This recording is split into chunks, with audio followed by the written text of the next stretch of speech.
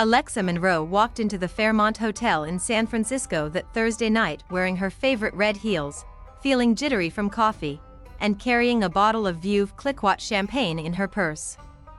She took out her phone to text her sister, Olivia, upstairs in one of the guest rooms, getting on the elevator. It was always good to give Olivia a little more advance warning than most people. It didn't matter that Olivia had just made partner at her New York law firm. Some things didn't change. Oh no, was just about to get in the shower. Alexa got Olivia's text just as she stepped into the elevator. She laughed out loud as she pushed the number of her sister's floor, the laughter calming her nerves. Alexa couldn't wait to celebrate with her older sister, maybe because their relationship was still tricky after all these years. The elevator glided in the air, in that smooth, noiseless way elevators in expensive hotels do, while Alexa checked her purse for the third time to make sure she'd tossed the fancy crackers and brie in there. They would need a pre-dinner snack to soak up all of that champagne, after all. She wished she'd found the time to make brownies the night before.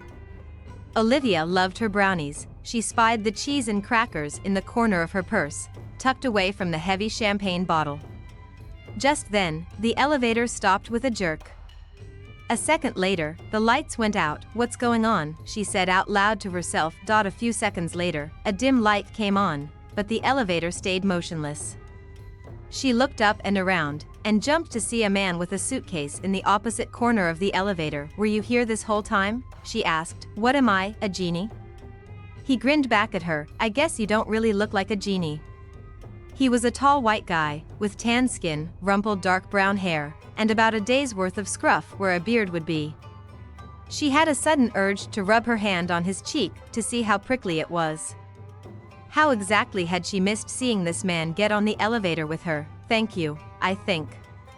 "But isn't that what a genie would say?" he asked. "You're not claustrophobic, are you?" I don't think so." "Why, were you going to bust us out of here with your genie powers if I said I was?" He laughed. "I guess you'll never know if I'm a genie now," he said. "Well, there was that time I got an MRI," she said. "Being inside that tiny machine wasn't much fun." "Maybe I am claustrophobic." "Sorry, you already lost your chance to see my powers." He moved to the front of the elevator and picked up the emergency phone. "Let's see if they can give us an ETA on getting out of here." She tried not to stare at him in the dim lighting, but she couldn't miss the opportunity to check out his butt in his perfectly fitted jeans. It was as good as the rest of him. She tried to wipe the grin off her face in case he turned around. Stuff like this never happened to her. Not the stuck in the elevator thing. Her life was full of minor crises like that. No, it was being stuck in an elevator with a hot guy that was the unusual part. She was always the one sitting on an airplane next to a chatty toddler, or a knitting grandma, or a bored college student, never a hot guy to be found. After about a minute of him saying, okay, in progressively tenser tones, he hung up the phone. "Well." He paused and smiled at her. "Wait, I don't even know your name, my new elevator friend." "Alexa, and you, Genie?" "Drew." "Nice to meet you, Alexa." "Drew, it's a pleasure, but, right, these circumstances are not ideal." "So, the bad news is that there's a power outage in the whole hotel." Her phone lit up just then with a text from Olivia. "My power went out." "Where are you?" "Ah, yes, I was just alerted to that."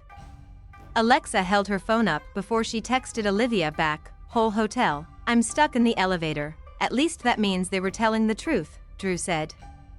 "The good news, or so they tell me, is that they have generators, so the elevators should start moving shortly." She slid down to the floor, placing her purse gently beside her. "It would be a tragedy to break that champagne bottle. We might as well wait in comfort," she said. Her favorite red heels were relatively comfortable for the first 5 hours, but she'd been wearing them for 9+. Shrugged off his leather jacket, gifting her a glimpse of his stomach muscles as his gray t-shirt shifted. Hot, funny guy who occasionally flashed his abs. "Was it her birthday? So, are you a guest here, Drew?" "Where are you coming from?" she asked him so she wouldn't stare. "Just flew in from LA." "And you?" He sat down next to her. Oh, I live here. Well, over in Berkeley, anyway. I'm just in the hotel visiting someone. He glanced at her phone, her shoes, and back up at her, a pretty special someone, with those shoes on, and all of that smiling you were doing when you didn't even notice someone else got on the elevator with you. A very special someone, she said, and his grin got wider. Wait, no, not that kind of special someone. My older sister. She's in town from New York for work. Yep, this was how she usually acted around hot guys. Scared to make eye contact, stared at his abs, said something awkward, aw. He laughed. Okay, yes, I did think it was that kind of special someone. Do you two have a hot night in the city planned? She crossed her legs and adjusted her black wrap dress so she didn't accidentally flash her underwear at this dude on top of everything else, sort of. We're celebrating. She just made partner at her law firm. Alexa smiled down at her purse full of treats before looking back up at him. Not even cheese could compete with this dude. He narrowed his eyes at her. Light brown eyes, with a really dark rim around them. His eyes were so pretty that she looked away again. Thank God her brown skin meant her cheeks couldn't get too pink, otherwise he'd be able to see them glow in the dark. Okay, I'm happy for your sister, but what is in that bag? You keep looking at it like it holds the Holy Grail. She laughed, just champagne and a few snacks. The plan is to drink the champagne here and then go out to dinner. Well, that was the plan, but we'll see how long we're stuck in this elevator. Drew scooted closer to her and looked in her purse. Alexa pushed it toward him, so he could see better in the dim light. She never let people poke around in her purse, but hey, this was a cute guy in a weird situation. Okay, good. We have sustenance if we're stuck here for hours. Champagne is so convenient because no corkscrew is needed, and then we've got. Oh, look at that, cheese and crackers, the perfect stuck in an elevator snack. She leaned back against the wood-paneled wall. Have you been stuck in an elevator before with a variety of snacks and been able to determine which ones are best for this situation? She asked. No, but come on. Cheese and crackers are obviously the best possible option here. First of all, you had the foresight to bring a soft cheese, so we won't need a knife to cut it. We can just use the crackers to pull off bits and spread it with our fingers. And second, have you ever not enjoyed cheese and crackers? Ever not thought, oh boy, these cheese and crackers are exactly what I need right now? She considered for a moment. Stop, no, stop even thinking about it, he said. You know the answer is no. Cheese and crackers are objectively the perfect snack. She laughed and pried his fingers away from the box of crackers. Okay, fine, you're right. But you didn't manage to talk me into sharing Olivia's you-made partner cheese and crackers with you, you know. He stretched his legs out along the floor and took another glance into her purse. I was afraid of that. Well, I can only hope we'll be here so long that you'll take pity on me. She slipped her shoes halfway off, just enough to relieve the pressure on her toes. No offense, Drew, but my goal is not to be stuck in this elevator with you all night. Although those abs.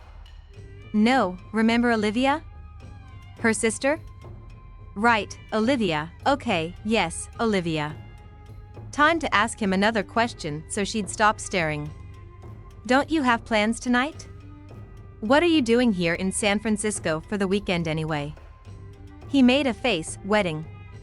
She made a face back at him. Don't say it like it's a prison sentence. He slumped against the wall. If prison sentences lasted for a weekend, this one would qualify. Okay, fine, a prison in a cushy hotel, but still.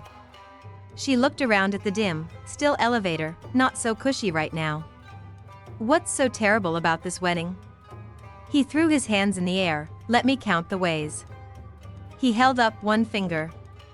1, it's my ex-girlfriend's wedding. Alexa winced. She'd been there. Ex's weddings were always a trial, even in the best circumstances. Second finger.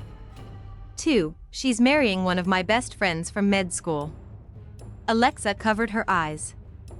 Okay, he maybe had a point, were they? No, she wasn't cheating on me with him. but let's just say I wasn't particularly pleased about how it all happened, shall we? Ouch. Well, I understand why you, he held up a third finger. 3. She sat up straight. There's another one? A third finger? Oh yes. He waved his middle finger in the air. As a matter of fact, this is the worst of the fingers. 3. I am a groomsman. She swung around and faced him, mouth wide open. Are you kidding me? A groomsman? What? Why? How? Yes, you are asking the important questions. The ones that Josh, Molly, and I all should have asked before this nightmare of a wedding weekend started. What and why indeed? What could have possibly inspired him to ask me to be a groomsman? Why would he do that? Why would she allow it? Why would I say yes? How did this happen? All of those questions should have been asked, and yet, here we all are. Oh my God, Drew. That's almost enough for me to give you some cheese. He patted her shoulder. Cheese? Hell, if he'd let his hand linger there for a few more seconds, she would have given him a lot more than cheese. Alexa, I'm touched. I truly am. And then, he waved another finger in the air. There's 4. Oh good Lord, what could 4 possibly be? Are your divorced parents coming to the wedding with their spouses, too, or something? He laughed. No, but good guess. What a nightmare that would be. No, for is that I am not only a groomsman in the wedding of my ex-girlfriend and former best friend, but I am a dateless groomsman in the wedding of my ex-girlfriend and former best friend. My date bailed on me at the last minute, so I'm going to look pathetic, and I'll probably get drunk and hit on a bridesmaid. The whole thing is going to be a nightmare. She brushed that off with a wave of her hand. Oh please, you'll be fine. Weddings are great places to meet people. It's better that you're without a date. As my friend Colleen always says, don't bring a sandwich to a buffet. He let out a bark of laughter. I'm definitely going to steal that saying. And while in most situations I would say that your friend Colleen is totally right, this is that 5% of situations where a sandwich would save me from all of the food poisoning in the buffet. I'm going to get so many pitying looks, you have no idea. And the worst part is that I RSVP'd with a +1, so there's going to be an empty seat at the head table. And lots of what happened to your girlfriend, Drew, couldn't make it? And I'm going to have to smile and take it, but there's like a 30% possibility I'm going to have one too many glasses of bourbon and go rogue. She touched his hand and tried not to linger there. Okay, yes, sometimes a sandwich is a necessary security blanket. I'm sorry that yours bailed on you. He looked down into her purse again. Alexa, I'm going to need you to stop talking about sandwiches if you don't want me to steal that cheese. She grabbed her purse and moved it to her other side. Now temptation is farther away. Isn't that better? He looked at her, at the purse, back at her. She smiled and kept her hand on the strap. So, Drew. What happened to your girlfriend? He narrowed his eyes at her, and she laughed again. Okay, first of all, Emma wasn't my girlfriend. We were just hanging out, that's all. Alexa frowned at him. This guy had to be in his 30s like her. Hadn't people stopped just hanging out with people by their 30s? Don't look at me like that. I'm not a girlfriend kind of guy. And when I could tell that she might want something more serious, I ended it. I was nice about it. I don't do girlfriends. I haven't had a girlfriend since, he sighed. Molly. Anyway. Except I forgot that I needed a date for this damn wedding. Alexa pointed to the 4th finger that he'd raised in the air. Wait, she said. How, exactly, is that your date bailing on you? He shook the finger at her. Don't do that. Don't blame this on me. It's not my fault. It's not her fault either. She was going to come to the wedding with me anyway, but her dad's having surgery tomorrow, so she couldn't come. Those muscles moved in a lovely way when he sighed. And, of course, I'm sorry about her dad. I don't blame her for that at all. I do, however, think this is just more evidence that I've been cursed when it comes to this wedding. Alexa laughed and relaxed against the wall. If she happened to move closer to Drew while doing so, that was just an extra benefit. Hey, it's not like she was in danger of becoming this guy's not girlfriend. She could at least get a few accidental touches of his arm in before this elevator started back up again. You probably did something to deserve it. Drew reached around her and grabbed her purse. Oh, really? I pour out my heart to you about this nightmare of a wedding and how now I won't have a date and all of the terrible things that will happen to me because of that. And when you hear my tale of woe, you tell me that I did something to deserve it? Just for that, I'm taking some cheese. He reached into her purse but hesitated for a second and raised his eyebrows at her. She sighed and nodded. Okay, fine, you can have a little cheese, but you'd better save some for Olivia. And no tearing it off with your fingers. What kind of a Neanderthal do you think I am? There's a knife in there. He beamed at her. Good Lord, that was a dangerous smile. She looked away and found the butter knife so she wouldn't throw herself at him. He'd just bitten into his third cheese-laden cracker when the overhead lights came on and the elevator started with a jerk. Wow, are we actually moving? She sat upright. Looks like I won't have to tackle you for the champagne next. Drew got to his feet and reached out a hand to help her up. Was it just her imagination that his hand lingered in hers? Probably. She had a very active imagination. It helped to make up for her current lack of a romantic life. In no time at all, they reached the 16th floor. Alexa was treated to one more glimpse of those abs as he pulled his jacket on. Looks like your sister and I are on the same floor, he said as they got off together. Looks like it. She smiled up at him for a second before she had to look away from those eyes again. Which way is she? They both looked up at the arrow signs by the elevator bank. This way, she said, pointing to the left. He consulted his room key. I'm that way. He pointed to the right. They smiled at each other and didn't say anything for a moment. I can honestly say that I've never had a more entertaining time in an elevator. Thanks for that. He reached out a hand. Likewise. Alexa shook it. Good luck at the wedding. He laughed and grimaced. Don't remind me. Congratulations to your sister. She thanked him and walked down the hall toward Olivia's room. She wished she knew what else she could or should have said to keep talking to him longer. She sighed and kept walking. Alexa. Wait. This was crazy. Drew knew, objectively, that what he was about to do was crazy. But as she turned to walk away, he shouted for her to stop a split second later. Yeah? She turned. You can't have the rest of the cheese, not even as a parting gift.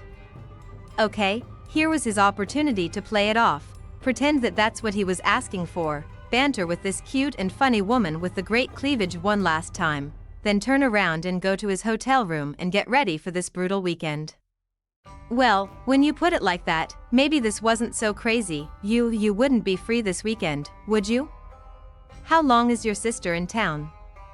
No turning back now. She leaves tomorrow after her deposition. I'm working on Saturday. I have an event at working on Saturday. What about Saturday night? Even. Friday night? Oh please, let her be free. Now that he'd gone that far, well, I have to be my date this weekend? Please? The wedding isn't until Saturday night, so that would work, right? If you can't do Friday night, I understand, but if there's any way you could come to the rehearsal dinner with me, I would. I don't know what I would do. Really appreciate it? Buy you all the cheese you wanted?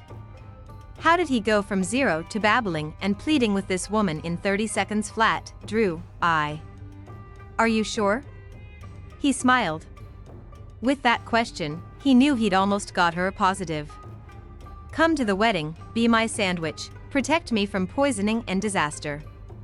It'll be your good deed for the year. And it's only May. Look at you, getting your good deed for the year done before the year is even half over. He was so close to victory, he could tell by the smile in her eyes as she looked up at him. Come on, Alexa. He touched her shoulder. Save me. She took a deep breath, and he held his as she considered. When you put it like that, what else can I say? I'll do it. He pulled her into a hug. Her champagne bottle-laden purse clanked against his butt, and they both laughed. "You won't regret this." He pulled back and grabbed his phone out of his pocket. "Wait, give me your number." He typed in her number as she recited it. "There, I texted you, so you have mine. I'll send you all of the details later." He turned to leave before she could say anything else. "Okay, but Drew, see you tomorrow, Alexa. Congratulations again to your sister." He sped down the hall with his suitcase, not giving her a chance to back out. Alexa stared at Drew's back for a few seconds. Had that really happened? Had that cute stranger just asked her to be his date for a wedding? And had she really said yes? She turned and raced down the hall to Olivia's room and knocked on the door. Olivia threw open the door and pulled her into a tight hug. "Get in here." They grinned at each other and hugged again. It was great to see her sister, it really was. "Your hair looks amazing," Alexa said. "The pictures on Facebook do not do that fro justice." Olivia looked her over and frowned. "In that way older sisters can. The outfit is great, and I love the shoes, but I thought you were going to get blonde highlights." "What happened?" Alexa shrugged. "Sorry, I chickened out. I didn't think I could pull off the blonde." Olivia made a face at her. "Haven't we been over this? Look at Beyoncé." Alexa laughed.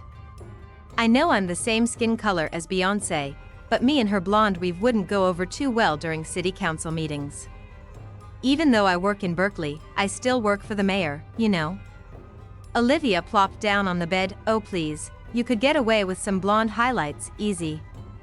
But then, you always were the risk-averse one." Alexa opened her mouth to argue but thought better of it. She was here to improve her relationship with her sister. "Remember, look what I brought you," she said instead. She pulled the champagne and the cheese and crackers out of her purse. "Not quite sure how cold the champagne is anymore, but we still have to drink it. And I heroically saved most of the cheese and crackers from the guy I was stuck in the elevator with, so we'd better enjoy them." "Well, of course we still have to drink that champagne. Gimme." Olivia grabbed the hotel water glasses as Alexa pulled the foil off the champagne bottle. "I can't believe you were stuck in the elevator all that time. And why weren't you texting me back? Was your battery out?" "Okay, there's a story there, but let's toast to you before I get into all of that." She twisted the metal tie open and pulled out the cork with a gentle pop. After she poured a healthy amount into each of their glasses, she held hers up to Alexa Monroe, the first black female partner at Palmer, Young & Stewart in over 10 years.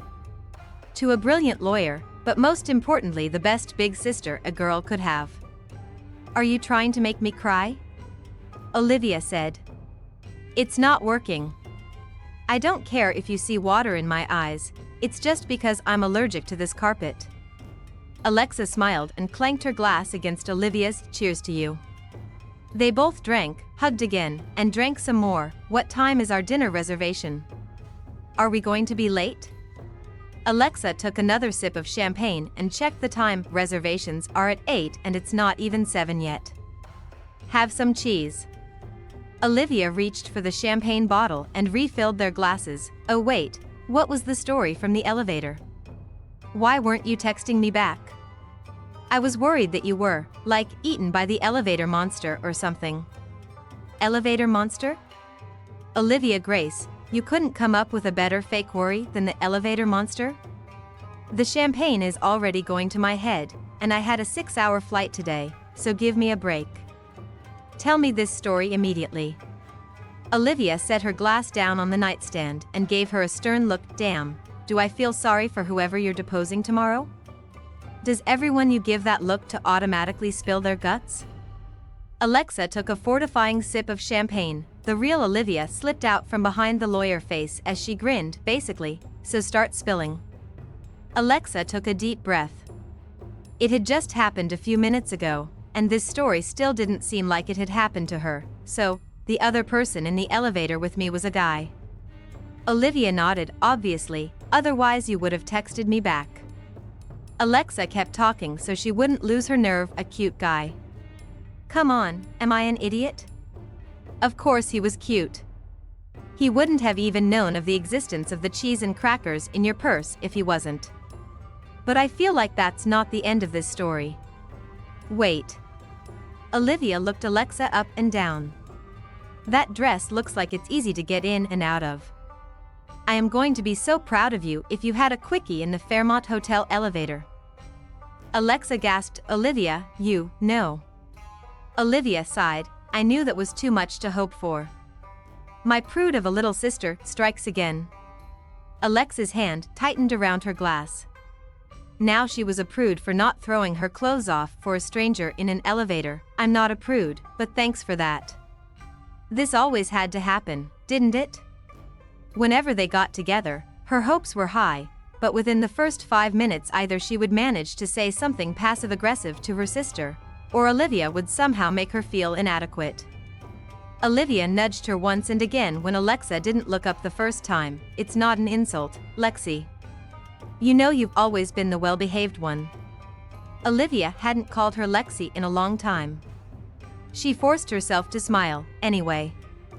Alexa stood up and poured the rest of the champagne into their glasses. The bubbles would cheer her up. You should get ready. Even though you are in San Francisco, I don't think you want to show up to dinner in that robe. I bet I could make it the latest style. Olivia grabbed a dress out of her suitcase and pulled it over her head. Zip me up. Alexa jumped up behind her. You distracted me with that whole sex in the elevator thing. What's the rest of the story? Excuse me, I distracted you? Semantics. Continue. Olivia reached into her purse for a lipstick. Alexa slid her now much emptier purse over her shoulder and her right foot into a shoe. To make a long story short, I'm going to be his date to a wedding this weekend. What? Olivia froze in place with lipstick only on her bottom lip. Well. Alexa smiled. I shocked you now. That's a first. Drew tossed his bag on the hotel bed and grinned at the view from his window. He pulled out his phone and texted his buddy in LA, Carlos, who had heard everything there was to hear about the saga of this wedding, found a date for the wedding. 30 seconds later, his phone buzzed. Didn't you swear off women? Like, specifically because of this wedding? Oh right, he had done that, hadn't he? Okay yes, but this is an exception. He investigated the sure-to-be overpriced minibar. What the hell? He opened a beer and sank down on the bed. Where'd you find this one, in between SFO and your hotel? Nothing about you should surprise me. And yet, he knew Carlos would appreciate this. I in my hotel, if you can believe it.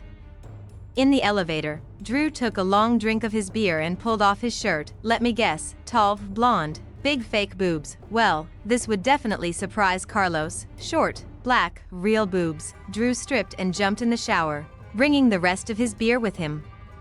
This morning he had cursed his Friday breakfast meeting in Oakland with his mentor that forced him to get to San Francisco on Thursday night. Now he thanked whichever god had inspired Dr. Davis to schedule that meeting so early in the first place. And also the one that made him follow Alexa onto that elevator.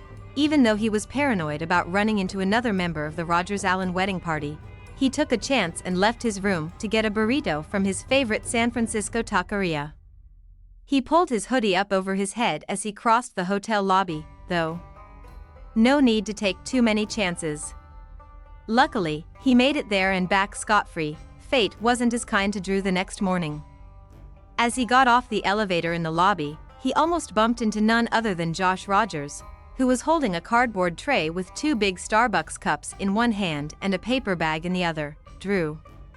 Oh man, it's so great to see you. Josh said, a wide smile on his face. Yeah, man, same, Drew lied, happy at least that Josh's hands were full and they couldn't do the full bro hug that he could see Josh wanted. You just get here? I just got coffee for me and Molly. Come up to the room and say hi? We're a little crazy with wedding stuff, but I know we'd both love to catch up with you. Oh man, I wish I could. Josh was so nice and cheerful that lying to him was like lying to a puppy. Easy and mean all at the same time. I have to run. I'm heading out to have breakfast with Dr. Davis. He's at Children's Hospital in Oakland, you know. Wow, that's great. I'd love to hear more about what you Sorry, Josh, I don't want to be late. I'll catch up with you later? Yeah, definitely. See you tonight at the rehearsal. Oh, Molly said you RSVP'd with a +1? New girlfriend, or? Yeah, new girlfriend. She'll be there tonight. Awesome, man. I can't wait to meet her. Do me a favor and text me how to spell her name? For the place cards, you know. Josh smiled with a dreamy look in his eyes. Molly's been asking. Oh right, of course. I'll let you know. Gotta run. See you tonight. Drew was halfway across the Bay Bridge before it hit him. New girlfriend. Shit, Alexa stumbled into her City Hall office at 7:25 Friday morning, hungover from that bottle of champagne and all the cocktails she and Olivia had had at dinner. As she pushed open her office door, her work phone and cell phone rang simultaneously. She dropped her bag on the floor, set her full cup of coffee down on her desk, and shook her head. Not today, Satan. I'm not falling for your tricks today. My coffee hasn't even had time to cool. Talking to our coffee again?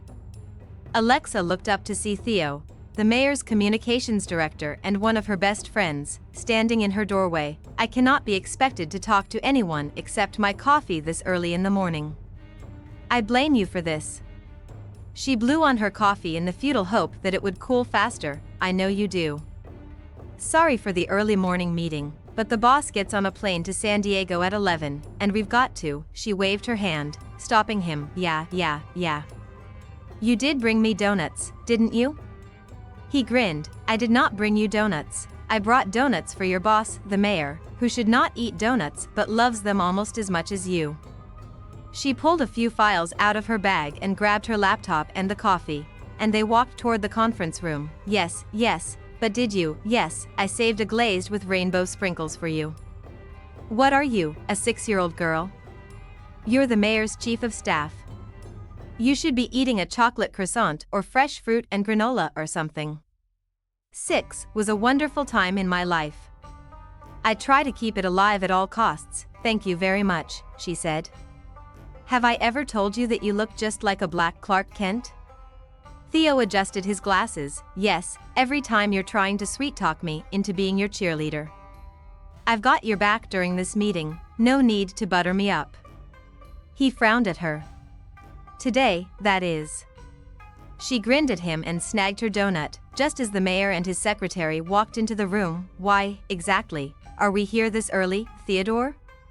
Mayor Emmett boomed out, before investigating the pink donut box. You have a trip to San Diego scheduled for the climate change conference this afternoon, and so, yes, I know, let's get on with it. Alexa, what's this thing about delinquent teenagers? She locked eyes with Theo, took a long sip of her coffee, and flipped open her laptop. Well, sir, an hour later, she finally managed the second bite of her donut as the mayor walked out the door on the way to his next meeting. Lex, you know how he is. It'll take a little time. Theo handed her the now lukewarm coffee as they got up to walk to their offices. She shrugged and tried to smile. I know. Thanks for the support in there. Anytime. Did you talk to your sister about this last night? You said before that you thought she might have some ideas for you. Alexa shook her head. She'd almost brought it up a few times, but each time she'd gotten too nervous to say anything. It wasn't the right time, Theo. We were celebrating, and anyway, it wasn't the right time. She changed the subject. How was your hot date last night? He rolled his eyes. Most boring date I've ever been on. That woman and I had nothing to talk about. Buy you more coffee and I'll give you the highlights, such as they were? She fought back a yawn. Definitely. Alexa checked her phone when she and Theo got back from their coffee run. A text from Olivia about her hangover, a few from her best friend, Maddie, about the book they'd both been reading, and one from an unfamiliar 310 number. 2 things. 1. We're still on for tonight, yes? 2. What's your last name, elevator guy? Tonight. Oh dear God. That hadn't been some sort of alcohol-induced hallucination, shit. A rehearsal dinner and a wedding at the last minute? What was she going to wear? Yes. Monroe. And if I'm coming to this thing, I need some details about when /were etc. meant what the hell am I supposed to wear, but she supposed she couldn't text that to a guy, let alone one she didn't even know. Rehearsal dinner at 7 at Beretta in the Mission. Wedding at 6 tomorrow at some church, reception at the hotel. By the way, I told Josh you're my new girlfriend, just FYI. She stared at the phone for 2 full minutes. His new girlfriend? She had to pretend to be his girlfriend. I had too much alcohol last night for this. She had a reply almost immediately. You and your sister celebrated her partnership in style, I see. Did she enjoy my cheese? She couldn't help but laugh. It was her cheese, and yes, she loved it. Why did you need to know my last name? She reached for her coffee cup and took a gulp. Thank God she'd gotten the largest size they had. .1. I should probably know my girlfriend's last name, right? 2. Josh asked for it for the place cards. She looked up at the knock on her door. I was going to check to see if you needed coffee, but I see you're all set, her assistant, Sloane, said. She almost asked Sloane to get her a pastry before she remembered she still had a donut sitting on her desk. She took a bite of it. Maybe the sugar would help her figure out exactly why she was going on a fake date with a strange guy tonight. Oh right, because she'd accidentally said yes, and then Olivia had accused her of being a prude, so now she had to go. Drew is short for Andrew, I assume? I should know that if I'm your fake girlfriend. I thought you didn't do girlfriends. She scrolled through her emails and answered the easy ones as she mentally went through her closet to try to figure out what she was going to wear to this wedding. A few minutes later, Sloane poked her head back through the door. Oh hey, your lunch meeting just called to cancel. I rescheduled you for Tuesday. God bless you. Alexa checked her calendar and saw she was free almost all afternoon. She already has, Sloane said on her way out the door. Short for Andrew, yes, don't call me that. And, well, long story. Wait, do you work in SF? What do you do? I should know this about my girlfriend. She took a sip of coffee and another large bite of her donut. No, I work in Berkeley. For the mayor. Wait, should she really be eating this donut if she was going to have to be in a cocktail dress in a few hours? Shouldn't she be drinking vitamin water or green juice or something? She took another bite and went back to her emails. Are you a lawyer like your sister? I'm a doctor. You should probably know that too, she laughed. Did this dude think she hadn't listened to every word that had come out of his mouth the night before? The whole wedding of my ex-girlfriend and one of my best friends from med school thing kind of clued me in there. Yeah. I am a lawyer, practiced for a while, and now the mayor's chief of staff, but seriously, what the hell was she supposed to wear to this wedding? Time and venue were helpful, but that didn't tell her everything. She hadn't been a bridesmaid a million times for nothing. After a few quick searches of wedding websites for the names Molly and Josh, and Saturday's date, she came up with their wedding website. Black tie optional, Alexa groaned and put her head back down on her desk. Her closet definitely was not built for black tie optional. After a few seconds she sat up and scrolled to Maddie's name on her phone. If anyone could save her, her best friend the professional stylist could. Who knew non-celebrities used stylists? Not her, until Maddie had started her business. Long story, but I have a sort of date tonight, wedding rehearsal dinner, going with a guy I hardly know, and that's putting it mildly, and also the wedding tomorrow, I don't even know. I will tell you the whole story, you know I will, but the important thing is what do I wear? Help Methan. She shot Drew another text. Black tie optional wedding with a day of notice. Why am I doing this again? Because the voice in her head said, he's hot, and you haven't even had a fake date in over a year. You're not going to back out on me, are you? Drew sat in a Berkeley coffee shop, blocks from where he now knew she worked. Please don't back out on me. Don't make me go to the buffet. Of course she was going to back out. She was cute and funny and smart, and he oozed desperation. He didn't usually have trouble getting girls to go out with him. But finding a date for this wedding had been such a nightmare. It was like his own personal punishment for everything wrong he'd ever done to or with women. First there'd been everything with Emma, then when he called Julia she had a new boyfriend. And Carlos's sister had laughed in his face when he'd hinted at her coming with him. He had resigned himself to dealing with what a disaster the wedding and the aftermath would be. Then one power outage and a malfunctioning elevator had saved him, he'd thought. He'd maybe jumped at that solution a little too eagerly, as usual, not backing out. Even though, oh thank God. Sometimes his crazy impulses worked out. He sighed in relief, and his thumbs flew over the keyboard. No, even though. Don't even though me. I will owe you so big for this you'll have no idea. There will be a new Alexa Monroe wing in every hospital in the state. See you tonight then, I'll be there. Please just text me ahead of time if we become fake engaged in the next few hours, okay? I'll have to borrow a ring. What, you think I wouldn't buy you a fake engagement ring? You obviously don't know Drew Nichols very well, since I didn't know your last name was Nichols. He laughed and downed the rest of his coffee. Point to you, Monroe. Another text flashed on his screen as he stood up, winky face. Running to a meeting. See you later. Alexa had looked so flabbergasted when he'd told her the details of the wedding. Everyone else in his life knew most of the Josh Drew Molly backstory, so he had kind of forgotten how crazy it was that he was in the wedding. And the worst part was that he hadn't even told her the whole story. He'd actually seemed like a good guy in the story that he had told. There was no point in telling the woman you were stuck in an elevator with for probably only a few minutes that you'd broken the heart of the nicest person in the world, the snowball that had started this whole avalanche. And you probably deserved all of the looks you'd get all weekend, right? It wasn't like he'd lied to her. Everything he said was the truth, just not the whole truth. It wasn't like he'd made Josh or Molly out to be evil, had he? Well, maybe a little bit, but it was only because this no date for the wedding thing had driven him out of his mind.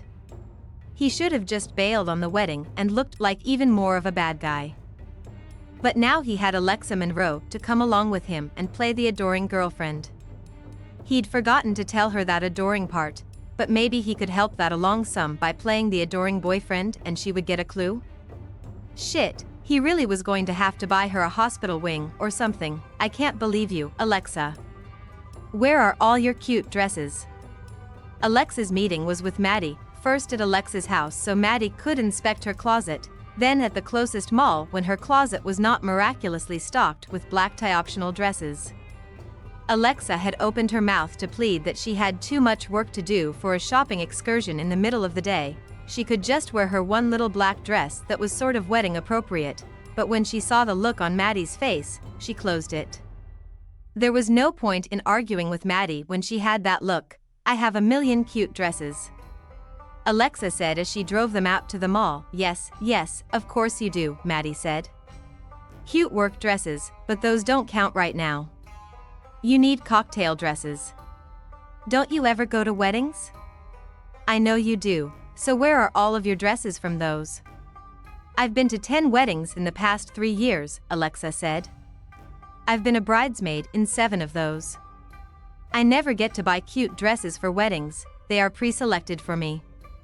And when do I ever need a cute non-work dress except for weddings? What about the other 3 weddings? I wore that black halter dress that you vetoed to 2 of them, and to the 3rd I wore a fantastic gold sequin dress that I rented for the weekend. Maddie sighed. I remember that dress. It looked incredible on you. Well, obviously this mysterious date happened at just the right time. We clearly need to build up your cocktail dress wardrobe. Okay. Now, who the hell is this guy you're going to a wedding with? When she told the story without all the adrenaline and champagne, it sounded even more ridiculous. She finished just as she pulled into the packed mall parking lot. What were all of these people doing here in the middle of the afternoon? Shouldn't they all be at work? Shouldn't she be at work? This is crazy. Why am I doing this? I should not be dragging you all over town in the middle of the workday and spending money on dresses to go to a wedding with some dude I talked to for 15 minutes in an elevator yesterday. What am I thinking?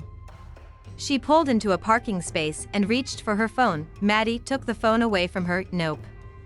You're not allowed to cancel. I'm not letting you talk yourself out of this opportunity for a practice. No stress date that just landed in your lap. Alexa sighed and opened her car door. The thing is, Mad, this guy is out of my league, okay? He's hot, he's funny, he's flirty, and he's a doctor. I'm your standard short black girl with big boobs and hips who can barely look him in the eye without looking away.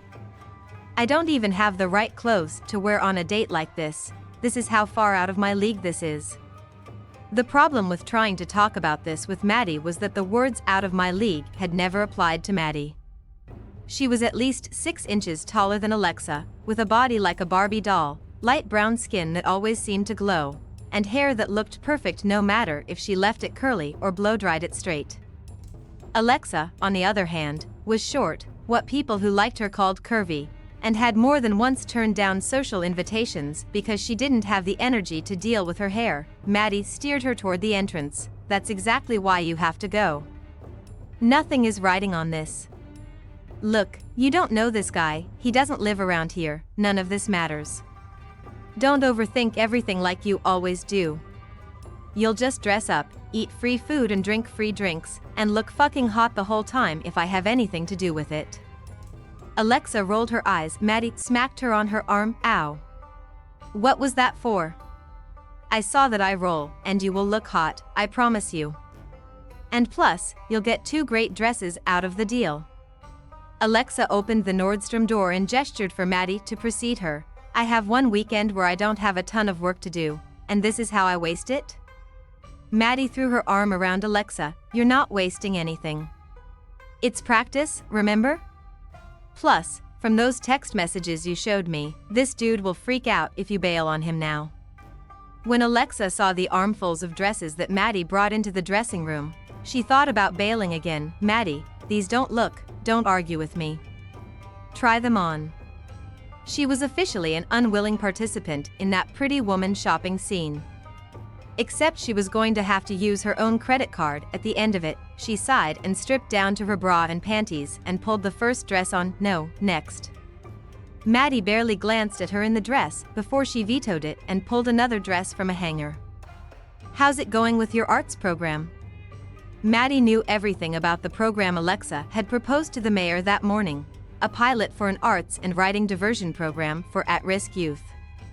Alexa had been wanting to start something like this in Berkeley for years, and now she was finally trying to make that dream a reality. It would be a place for teens who had gotten into some trouble to come and find their gifts, to find adults who believed in them, to work hard on something they loved to do, and to get their feet on a different path. Well, I proposed it to the mayor this morning, but he didn't say much. I'm not sure what he thinks. I'm worried.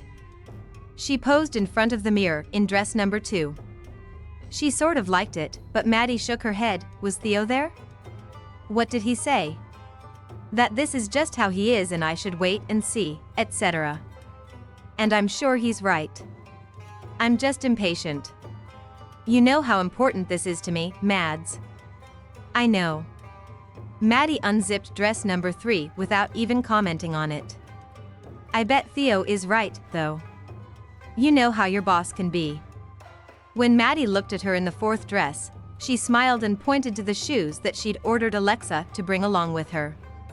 Then she spun her finger in a circle, forcing Alexa to twirl. When Alexa caught a glimpse of herself in the mirror, her eyes widened. Holy shit, I look hot. What did I say? Maddie had that smug look on her face, but Alexa couldn't even be mad at it. How did one little dress make her look like a movie star? It was red, with a neckline that showed just enough cleavage, and a full skirt that floated as she twirled and somehow made her waist look tiny. Mads, isn't this color too bright for a wedding? Doesn't it make my hips look too wide? Isn't it too boob-wide? Maddie shook her head. Nothing, it's too nothing. It may be too expensive, but we're not going to worry about that right now. This is an emergency. It's the perfect color on you, and your hips are just the right amount of wide. And all that ruching around the waist means you don't have to wear Spanx. I know how much you hate them. Do you or don't you look hot in that dress? Did I not tell you I'd find you one? You don't have to be so smug about it, Alexa said, still staring at herself in the mirror. Yes, I do. Okay, well, that's obviously your dress for the wedding, and thank God you have the perfect shoes for it, those gold ones you bought to wear with the gold sequined dress. Now we just need to figure out tonight. 20 minutes later, Alexa handed over her credit card for both dresses and tried not to wince at the bill. Thanks for this, Mads, she said. I don't know what I'd do without you. I don't know what you'd do without me either, Maddie replied. Drew went into the bathroom at the church just so he could check his phone for the millionth time without being so obvious about it. His desperation was back in full force. He could tell from his 4 texts to Alexa over the past hour and a half. Texting a woman this many times was unlike him, but this stupid wedding had him on edge. She'd replied only to the first one where he'd tried to be cool, just confirming she was coming with a "see you then," and the last, where he told her they were about to leave the church for the restaurant, "on my way." He'd questioned the lack of exclamation points in both texts. Women, in his experience, tended to use a lot of exclamation points. Did that mean she was feeling like she should have backed out? He was certainly feeling like he should have backed out. Not from the date with Alexa, no, that was the only part of the weekend that he was 100% glad was happening. He should have backed out from the rest of it. Josh and Molly were being so welcoming and friendly that he felt like even more of an asshole for hating every second of this. Molly's mother, who had always been so nice to him, was noticeably chilly.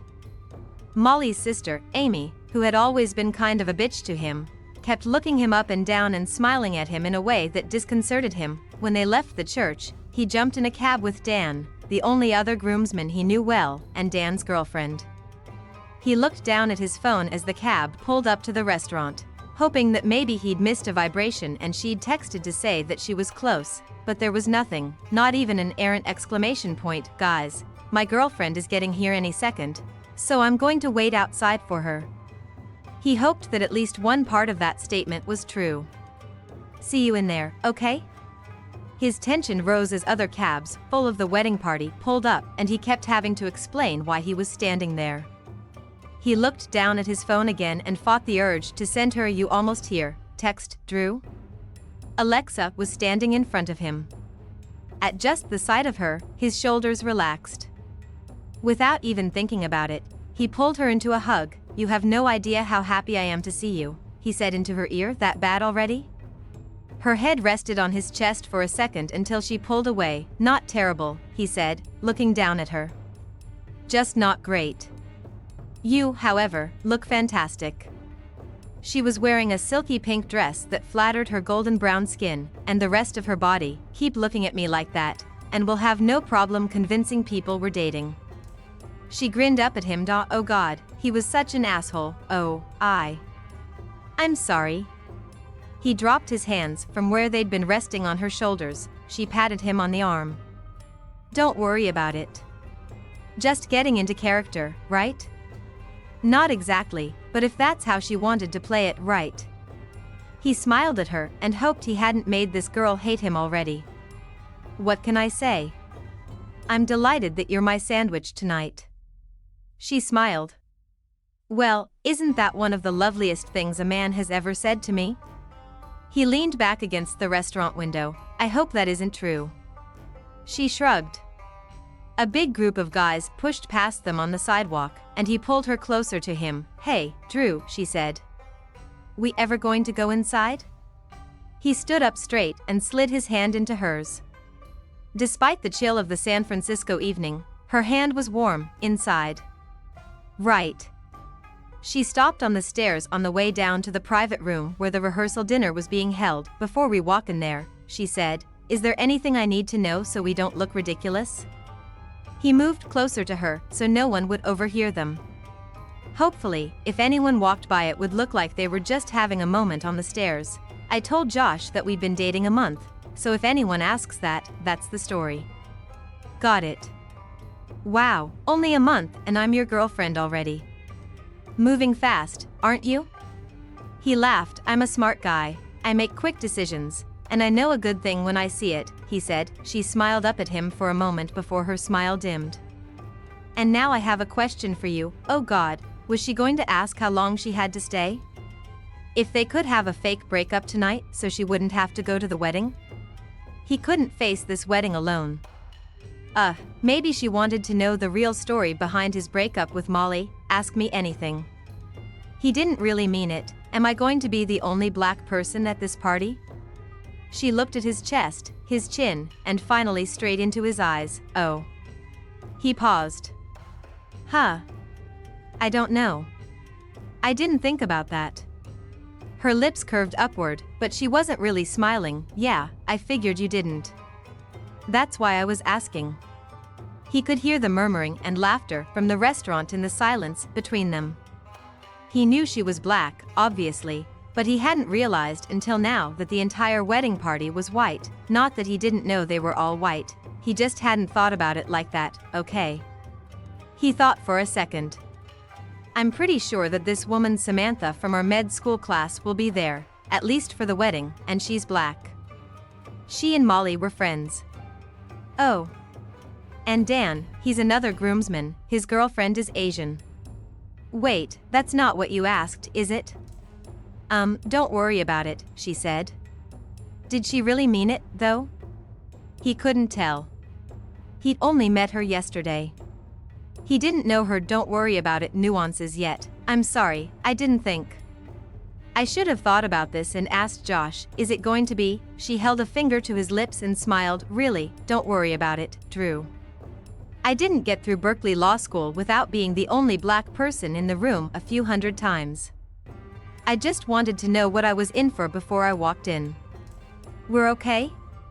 When she nodded, he pulled her in for a hug. Oh shit, I think I got lipstick on you. She rubbed her thumb against his chest to try to get it out. After enjoying the sensation for a few seconds, he reached for her wrist to stop her. It's okay, he said. It would look pretty out of character if my new girlfriend and I walked in there after standing around outside for so long and I didn't have her lipstick on me somewhere. Her smile made him grateful all over again that she was there with him.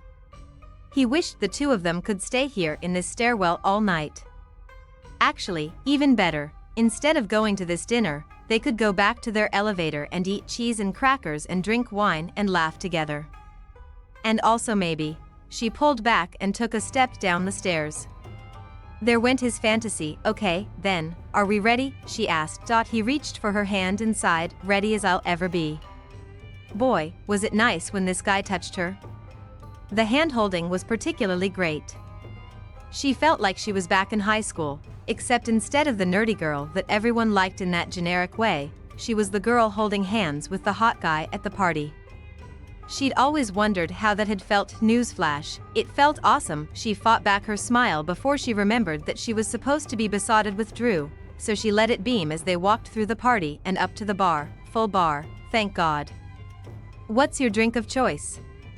He gestured to the bottles of alcohol along the bar with a flourish. Tonight? Let's start with a gin martini, please. Drew handed over her drink and clinked it with his bourbon. They each took long sips of their drinks without breaking eye contact. Alexa glanced at an empty table in the corner and raised her eyebrows to Drew. He nodded and took her arm to steer her over there. As Drew set his glass down, a tall blonde guy came over and slapped him on the back before he turned to Alexa. So this is Alexa? So glad you're here with Drew for the wedding, he said, holding out his hand for her to shake. Drew put his hand on the small of her back. Alexa, I'd like to introduce you to Josh Rogers, the groom.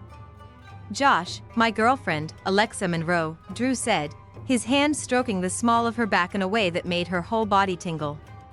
Or maybe that was the gin hitting her bloodstream. She ignored whatever it was and smiled at Josh as she shook his hand. A pleasure to meet you, Josh. Congratulations on the wedding. I'm honored to be here. A strawberry blonde with soft curls and a knee-length white eyelet dress walked up to them. Alexa had pegged her as the bride as soon as she'd walked into the room. Who else would wear white to a rehearsal dinner? At her approach, Alexa moved closer to Drew. He picked up his drink and sipped it, but she knew he noticed, too, because he slid his arm around her waist. Damn, there was that tingle again. Drew, is this Alexa? Alexa, I'm Molly. It's so nice to meet you. Molly gave her a huge smile that felt genuine, and not for the first time. Alexa wondered what the whole story was between the Molly and Drew breakup. Did Josh and Molly feel guilty for what they'd done to Drew? Did they ask him to be in the wedding to assuage their guilt? She wasn't going to get an answer to that question right now, if ever, so her job was just to stand here next to Drew and turn on the charm. Luckily, she worked in politics. Charm was her middle name. Alexa increased the wattage of her smile by at least 50%. Molly, thank you so much for having me. Everything is lovely. What a wonderful choice for a rehearsal dinner. I can only imagine that the wedding will be just as beautiful. Drew's thumb traced circles around her hip as she and Molly exchanged bright pleasantries about the wedding, the perfect weather in the Bay Area this time of year, and Josh and Molly's upcoming honeymoon in Hawaii. Between the sensuous feel of his touch and her now finished martini, she was almost distracted enough not to wonder if he could detect the Spanx underneath her dress. Almost after a few minutes, Molly glanced to the corner of the room and sighed, "My mom is signaling me. I think I have to go talk to one of my aunts." "I hope to get to talk to you more later, Alexa." "And you, too, Drew. Oh, and don't forget. The hashtag is Jollymosh." Molly smiled and glided away. They only had a few seconds before a tall blonde woman in a tight green dress came up to the three of them. She could feel Drew tense up next to her. She reached back to find his hand and interlaced their fingers, and he held on. She didn't have long to wonder who this woman was. "Josh, there you are. Your mom was looking for you. She had a question about what time we should sit down to eat." As Josh scurried away, her smile at Drew showed all of her blindingly white teeth. "I saw my sister over here. I hope everyone's being nice to her." Drew squeezed Alexa's hand. "I hope so, too. Amy, I'd like to introduce you to my girlfriend, Alexa." "Alexa, this is Amy, Molly's sister and the maid of honor." Amy raised her eyebrows at her and immediately turned back to Drew. "I hope you both have a good time at the wedding this weekend." Amy's attitude annoyed Alexa just enough that she couldn't resist putting on a show. "I'm sure we will. It's already been pretty great, hasn't it, Drew?" She winked at Drew and squeezed his hand. His eyes widened and his smile grew smug. "It sure has, Monroe." He pulled her close. "Amy, great to see you. We were just heading to the bar for another drink. Can we get you anything?" Her eyes narrowed briefly, then her smile came back. "No, thanks." She looked at Drew and glanced in Alexa's direction before turning to go. "Nice to meet you," she flung over her shoulder. As Drew and Alexa walked, still hand in hand, back to the bar, she leaned over and whispered in his ear, "I can't tell whether she hates you or wants to fuck you." His bark of laughter made a few people look in their direction. "She definitely hates me," he said against her ear, "but she's also been acting weird all day. You see why I needed you here?" Her breasts against his chest and her lips against his ear made him want to pull her even closer, but they were in a room full of people. "Oh, and right, she wasn't really his girlfriend, I do see," she said. "I think I need another drink after that interaction. I'd better switch to champagne. I can't chug martinis all night or I'll be useless tomorrow." He wondered if she'd noticed that he was taking every opportunity to touch her all night. Some of it wasn't even conscious. He just liked the feel of her smooth skin, the warmth of her body next to his, the softness of her hand in his. "I should have said, if I do anything that bothers you tonight, you know, with the pretending you're my girlfriend thing, just let me know, okay? Step on my foot or something?" She turned and grinned at him, her lips so close to his that he could kiss her with just one slight movement. Just as he started to make that move, she stepped back. "Don't worry, I will," she said. "But you're good so far. Plus, I'd be a pretty shitty fake girlfriend if I didn't let you touch me." He put his arm back around her waist. "I would never say such a thing about the best fake girlfriend I've ever had," he said. As he handed her a glass of champagne, she said, "Oh, and by the way, when did you start calling me Monroe?" He looked up from his bourbon. "Well, I thought about Lexi, but you don't strike me as much of a Lexi." She smiled at him over her champagne glass in a way that made him step closer. "Excellent instincts there. Only my sister can call me that. I'll allow Monroe for the time being." He stepped closer to her. I promise I won't do anything you don't like. Cross my heart. Deal? She looked at him for a long moment, and he felt the tension between them heat up again. What exactly had he meant by that? Whatever she wanted it to mean, he guessed. Finally, she reached for his hand. Deal. Now, let's find some food to soak up all of this alcohol so that you don't have to pour me in a cab at the end of the night. They followed a waiter to the corner of the room where they loaded up plates of puff pastry pockets in crostini with prosciutto. As soon as their hands were full and they couldn't move, they were surrounded by bridesmaids. Though the bridesmaids circling them all had perfect pink lip-glossed smiles, their hostility to Drew and curiosity about Alexa was very clear. She got it, though. If any of her girlfriend's exes had showed up at their weddings, she probably would have smiled big while dropping poison in their drinks. Not enough to kill them, mind you. Just enough to make them humiliate themselves. That thought, she glanced down at Drew's drink, but he'd already drained it. Probably for the best. For the next 10 minutes she smiled and chatted and asked questions about their bridesmaid dresses and shared her own bridesmaid ing stories while Drew never let go of her hand. Her shoulders relaxed when Josh's dad beckoned everyone to the tables, and Drew's hand moved up and down her bare arm. You see why I needed you, he said in her ear as they sat down. She turned to him and nodded. You'd have a peanut butter and egg salad sandwich right about now. He made a gagging face and she laughed. Luckily, the rest of the night was less fraught, mostly because they were sitting with 2 other groomsmen and their dates. As they lingered over dessert, Alexa glanced at the time and sighed at how little sleep she'd be getting that night. Something wrong? Drew asked her, turning from his conversation with one of the other guys about basketball. Not exactly, she said in a low voice. It's just that I have to help my boss build this playground tomorrow, which means my alarm is going off altogether too early for a Saturday. So, before she'd even finished talking he had stood up. Let's go. You have to get your beauty sleep, though it's clear that you don't need it. She made that gagging face back at him and he laughed. Too much? Can't you just enjoy the compliment? Thank you, Dr. Drew, you're a sweetheart. She turned to pick up her coat but stopped when she saw him violently shaking his head. No, Dr. Drew, never Dr. Drew. Dr. Nichols, thank you, though most of my younger patients just call me Dr. Nick. They walked by Josh and Molly on the way to the door, and Alexa pulled at his hand. What? He turned and saw her head inclined toward them. Oh, right. We're taking off, he said to them. See you tomorrow.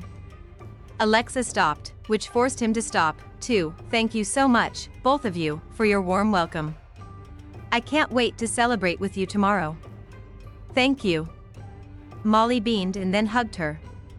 I'm thrilled that you'll be there.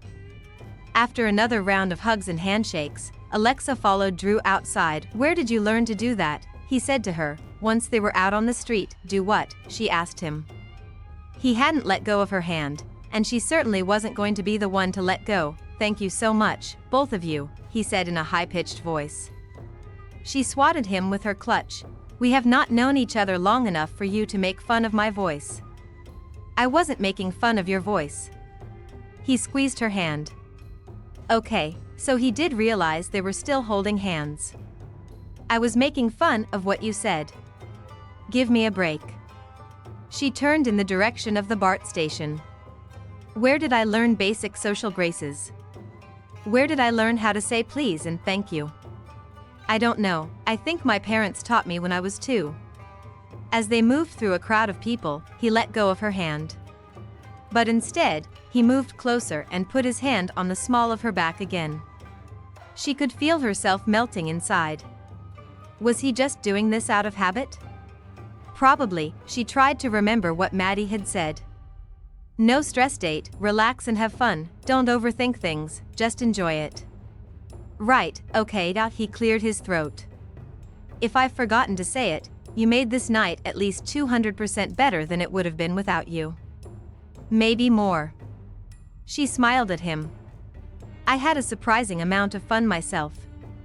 Now, what's the plan for tomorrow? Classic Alexa. Ignore the compliment, change the topic to logistics.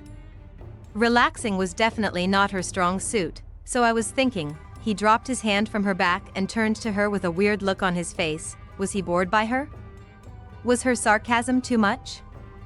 Was he going to say he'd rather have a fake breakup tonight and not have her as his date for the wedding tomorrow so he could enjoy the buffet of bridesmaids, with the maid of honor as the main course? I had a great time hanging out with you, Alexa, he'd say, but I'm going to let you off the hook for tomorrow night. You don't mind, do you? And of course she would have to say no, she didn't mind, and she'd have to go return that hot red dress, yeah? She pulled her coat tighter around her shoulders. Maybe you could come get ready for the wedding in my hotel room? You know, so everyone sees you leaving from the hotel. Not that I think that people think we're lying, but Amy seemed a little suspicious or something, and then you wouldn't have to, that makes sense. She cut him off, trying not to show how relieved she was. What time? His smile widened. He had probably gotten everything he wanted in his life with that smile. Who was she to break the pattern? I have to be at the church by 5, so just be there before I leave. There's a shuttle from the hotel to the church, and you can take that over so you don't have to sit around during the pictures. They walked down the street, no longer hand in hand. That sounds good. Great. They were at the entrance to the BART station now. Okay. See you tomorrow? Text me if you have any questions. He leaned in for a hug. Without stopping to think about it, she kissed him on the cheek.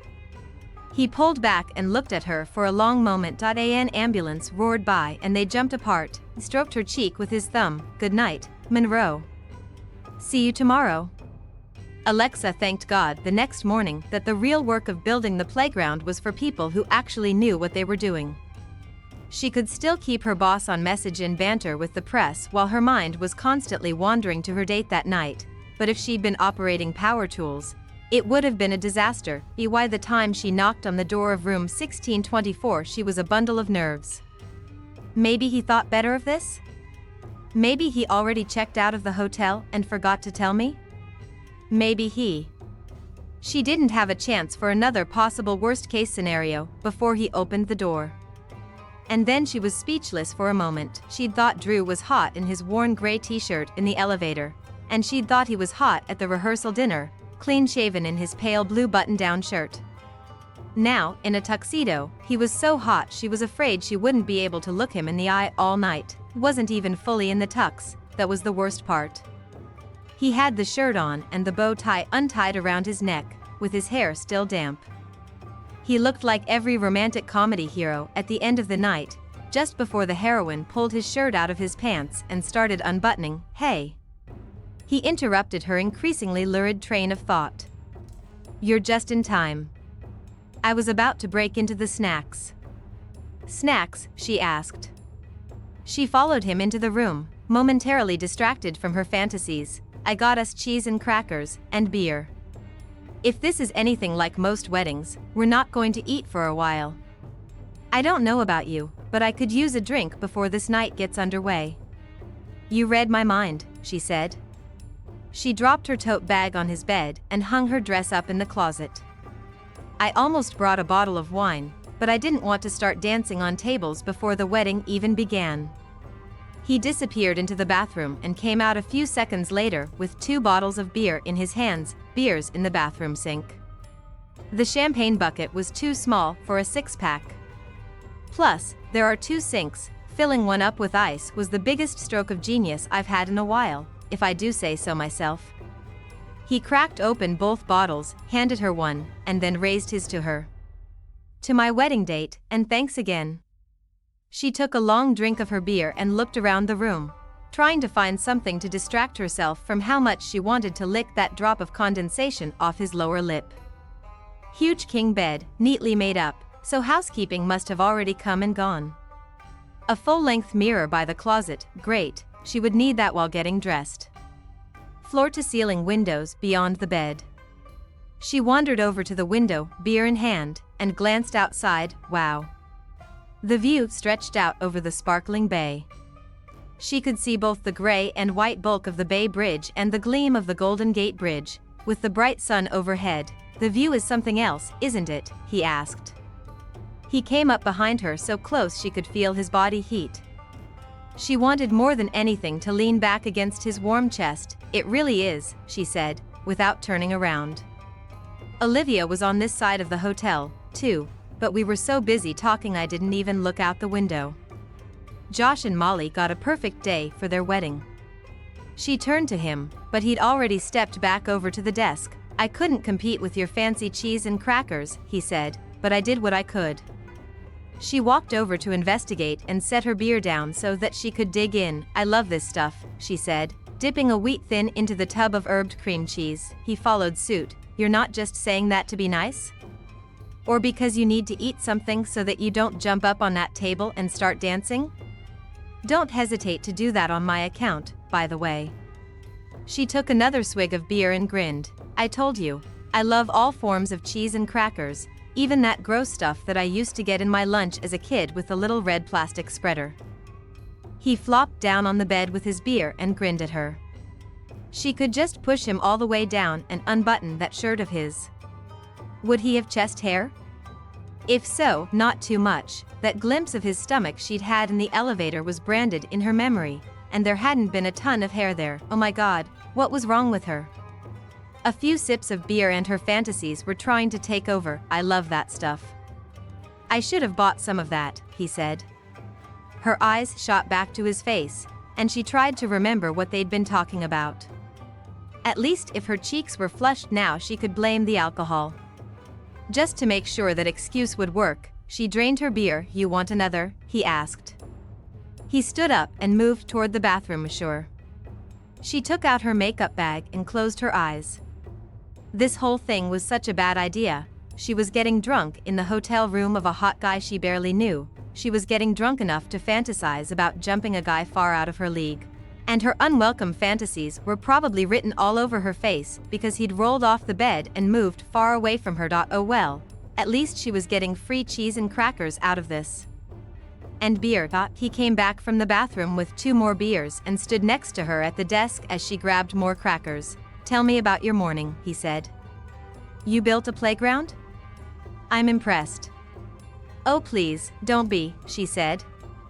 The playground building operation was well orchestrated by an actual construction company. My boss and I were just there for show and for the press. I mean, the playground did actually get built, well, started, at least, and I got a few splinters in the process, but everything I did was under the very close supervision of someone who knew what she was doing. But tell me. He sat down on the bed. Where does the construction company come from? How did they figure out where to build the playground? Oh, well, this has been a project that started almost as soon as my boss got into office. Low-income kids are a real priority of his and mine. We identified a few areas early on that needed safe and attractive playgrounds, and this is the first one that actually got built. He leaned back on his elbows. Good Lord, was he doing this to torment her? Is this your modest way of saying that you found the construction company and you figured out where to build the playground? She slipped her sandals off and rubbed her toes into the plush carpet. Yes, to both of those things, but I'm not that modest. I just hadn't gotten there yet. I can be kind of long-winded. He laughed and motioned for her to toss him a cracker, which she did. Do you have any pictures? Alexa beamed at him and reached for her phone. She got so excited when she talked about her work. He liked that about her. He looked over her shoulder as she scrolled through the pictures of what the empty lot had been, the groundbreaking today, and some sketches of what the playground would look like when it was all finished. She was so animated in telling him about it that he couldn't stop himself from moving closer to her on the bed, close enough that their shoulders touched, that her head was almost against his chest. She turned and looked up at him. They both seemed to realize how close they were at the same time, but neither of them moved away. His hand moved to the small of her back, up her back to the nape of her neck, and back down again. He could smell her perfume. Vanilla, with a hint of spice. Suddenly there was a loud knock on his door. Drew? You ready? Dan. Not now. Not yet. He turned back toward Alexa. but she jumped off the bed and went back to the cheese and cracker table. Yeah. He sighed and stood up. He threw open the door to Dan, who looked altogether too perky for the occasion. Hey, man. Oh, hey, Alexa. You almost ready for the wedding? We'll see you over there, huh? She looked up and smiled at Dan but didn't look at Drew. Yeah, see you there. Is Lauren going to be on the shuttle? She asked Dan. She is. She's still in the room getting dressed, so you guys can ride over together. Here, let me give you her number, so you can be buddies. See you at the church, Drew said to Alexa, willing her to look at him. She met his eyes for a second, then looked away. He was halfway to the elevator before he heard his name from behind him and turned around. Drew, aren't you forgetting something? She said. He could think of many things he'd forgotten to do in that hotel room, but he could say none of them with Dan standing there. Your bow tie? He glanced down and saw the offending garment dangling from her fingertips. Oh. Right. He took the tie from her and smiled. If you finish the beer, save that table dance for where I can see it, please. Oh God, she had really been about to kiss him. 1.5 beers and a few minutes of him listening to her talk and she was ready to pounce on him. She needed someone to talk some sense into her, and right now the only person to do it was herself. Alexa, she said out loud at her reflection in the lighted magnifying mirror.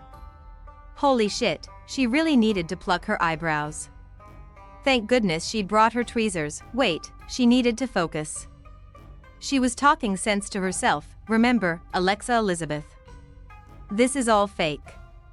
This is a fake date. This is a fake boyfriend. You can't just go around kissing hot guys who look like they come straight out of a movie set because they smile at you like that and listen to you prattle on about your job for a few minutes. Just because Maddie told you to practice flirting doesn't mean you get to practice kissing, too. She cringed to think how humiliating it would have been if she'd actually moved in to kiss him. He would have gently kissed her back for a second. Then he would have pulled back, put his hands on her shoulders, and said that he was very sorry if he'd given her the wrong impression about everything, but she wasn't really his type. All he was looking for from this evening, he would have said, was a buddy to stick by his side and repel other women. And if that was going to be a problem for her, it was totally okay for her to go home now instead of to the wedding with him. And she would have had to suck back her tears like she always did and smile big and say, oh no, it was probably just the beer getting to her, it would be no problem. And then things would have been awkward and weird all night. Well, it was still probably going to be awkward and weird all night, but at least that would be more subtext than text. Enough pep talk time. All she could do now was look as fabulous as she possibly could. She queued up her girl power playlist, pulled out her reddest of red lipsticks, and threw herself into getting ready. One more with the maid of honor and best man. Amy, you give him your bouquet this time. Drew was more than ready for these pictures to stop and the wedding to begin. Especially because that meant Alexa would finally get here. Even though he wouldn't be anywhere near her during the wedding, at least he'd have one person on his side among his sea of blatant or veiled hostility. She hadn't texted him yet. He should check in and make sure she was on her way. Are you on the shuttle over here? Everyone being nice to you. A few minutes later, just getting on now. Dan's girlfriend Lauren is my new date. Glad I met her last night. He smiled down at his phone. Oh thank God, she was on her way. Wait, does that make Dan my date? I think I like you better, no offense to Dan. Hello, Drew. He looked up to find the rest of the wedding party, sans bride and groom, staring at him. Stop texting your girlfriend and pay attention. Oh shit, close save. He'd been that close to declaring, she's not my girlfriend, the way he did every time someone called some woman his girlfriend. On her way, he trailed off, as everyone stared at him. Great, that's great. Amy came up to him and put her arm around his waist. But can we finish taking these pictures before the wedding starts without us?